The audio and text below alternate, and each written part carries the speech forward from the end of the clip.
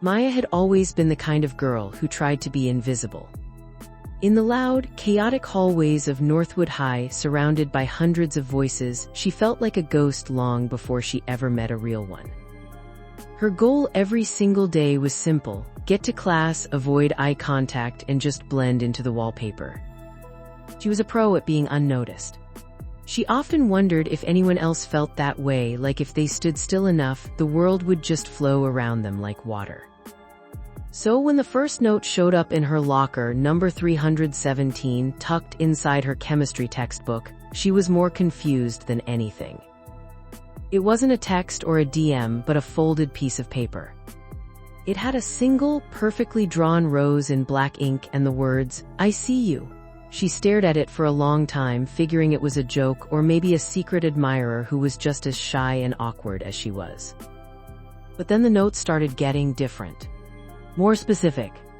The second one mentioned the silver locket she always wore under her shirt, the one nobody knew about because she never took it out. How could anyone have seen that? A cold prickle ran down her neck. And the third note, well, the third one was just a name. A name she hadn't heard since freshman year. Sarah Jenkins.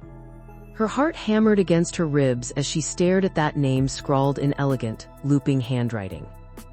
Sarah Jenkins.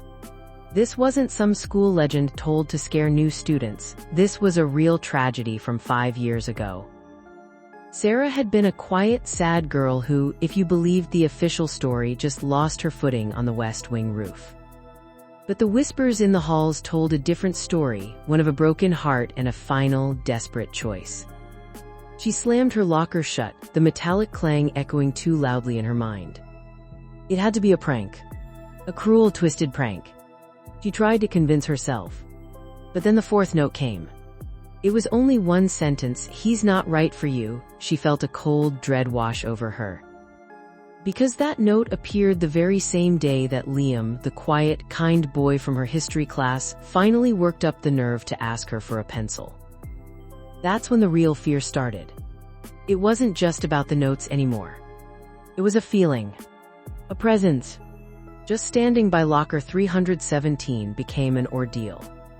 The air around it always felt a few degrees colder, a pocket of unnatural frost in the stuffy, warm hallway. Sometimes when she turned the combination lock, she'd hear a faint whisper, a sigh right next to her ear that sounded eerily like her name. The notes got more possessive, more demanding. "Stay away from him, you're mine." They weren't just left in her textbook anymore, they'd appear out of nowhere. She'd open her locker and a new note would just be sitting there. The one's elegant handwriting was getting frantic, the letters sharp and slanted like they were carved with immense pressure into the paper. Liam, completely oblivious, kept being sweet. He'd wait for her after history class, his presence a small, warm light in the growing darkness. But every time he smiled at her, she'd feel a prickling on the back of her neck, a hostile stare she couldn't see. It felt like hatred coming from an empty corner of the room. One afternoon, while Liam and Maya were studying in the library, a heavy Shakespeare anthology suddenly came flying off a high shelf. It didn't just fall, it launched itself, crashing to the floor just inches from his feet. The loud thud made them both jump. Liam laughed it off as a weird fluke, but Maya saw how the book had been sitting. It was a message. A warning. That night Maya went online. She needed to know. She dug through old local news articles until she found it, the story of Sarah Jenkins's death. Then she found the school's online newspaper archives and a club photo. Sarah was pretty, with long dark hair and sad eyes. And then deep in the comments she found the truth.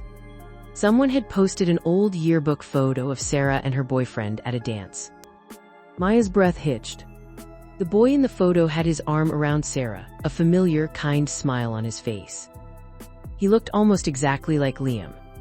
It wasn't him, of course, it was 5 years ago, but the resemblance was uncanny. The ghost wasn't just haunting Maya. She was reliving her own tragedy. Maya was just a stand-in and Liam was the boy Sarah couldn't let go of, even in death. The next note was waiting for her the morning after. It wasn't on paper.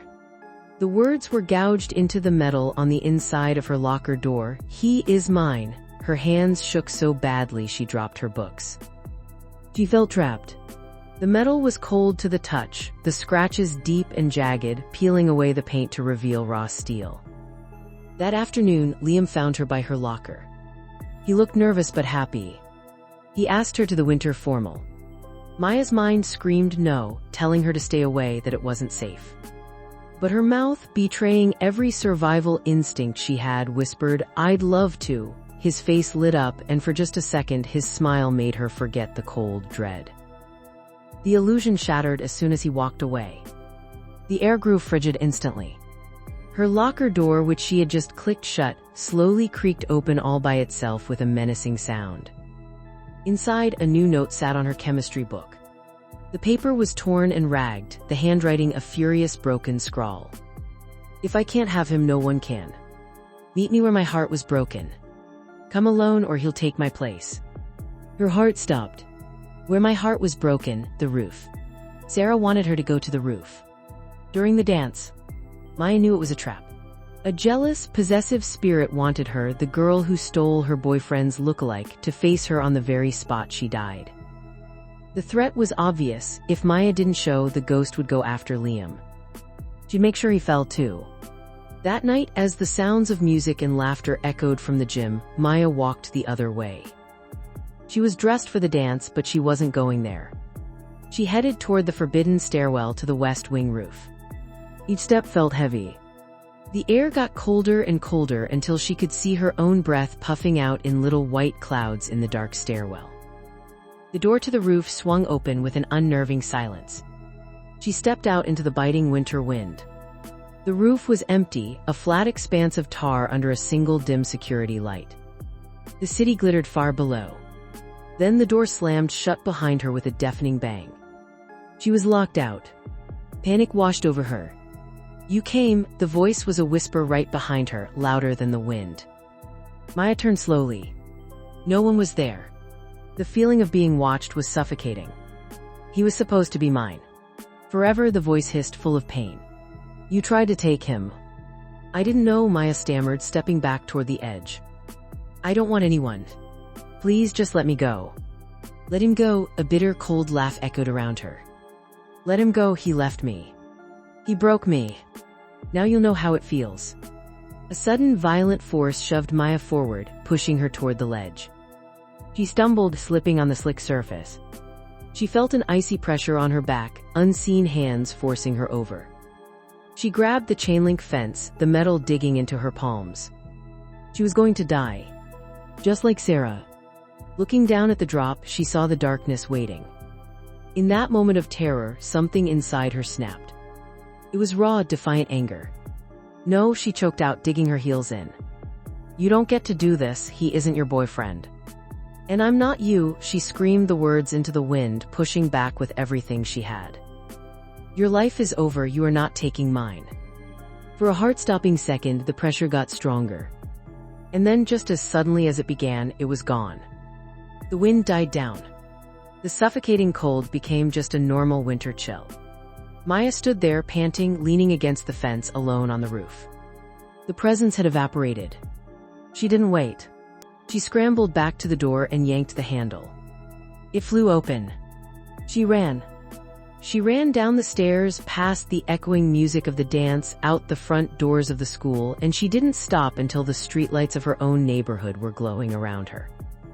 She sent Liam a text saying she was sick.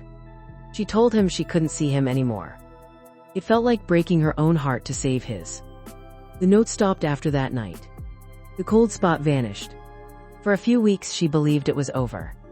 She avoided Liam, and he eventually got the message. His friendly waves turned into brief, sad glances and then nothing.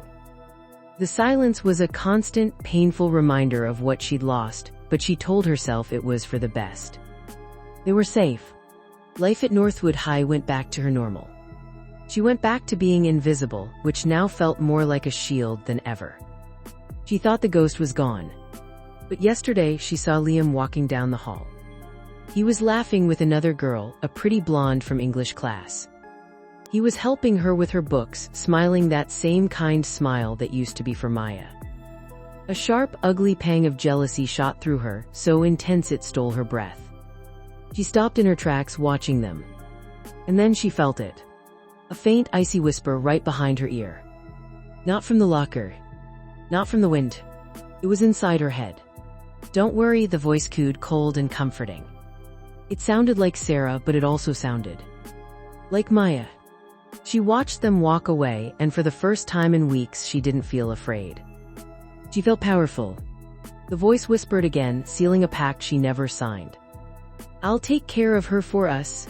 And as Maya watched the blonde girl trip over nothing, just a stumble, she smiled.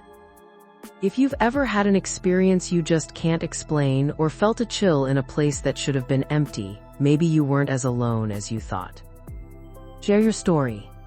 And if you want more stories that explore the darkness hiding just beneath the surface, make sure to subscribe. Sweet dreams.